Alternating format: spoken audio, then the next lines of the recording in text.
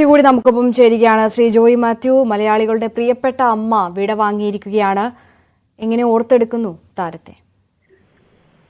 ഓരോ മലയാളിയുടെയും മനസ്സിൽ ഒരു അമ്മ രൂപം ഉണ്ടായിരിക്കുമല്ലോ. സിനിമാ പ്രേക്ഷകർക്ക്, ഇപ്പൊ എന്റെയൊക്കെ തലമുറയിൽ പെട്ടവർക്ക് വളരെ നേരത്തെ തന്നെ നമ്മളുടെ മനസ്സിൽ പതിഞ്ഞ ഒരു അമ്മ രൂപം കവിയൂർ പൊന്നമ്മയുടേതാണ്.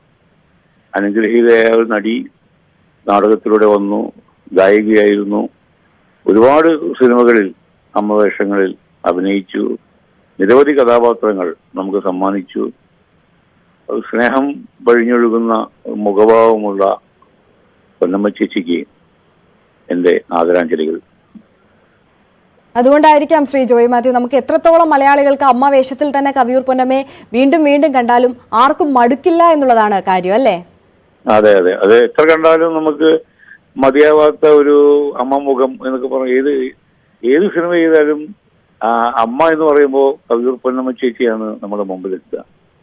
അവരൊരു ദുഷ്ട കഥാപാത്രമായിട്ട് ഇതുവരെ അഭിനയിച്ചിട്ടില്ല എന്ന് എനിക്ക് തോന്നുന്നത്. കാരണം മലയാളികൾക്ക് അങ്ങനെ സങ്കല്പിക്കാനാകുമായിരുന്നില്ല.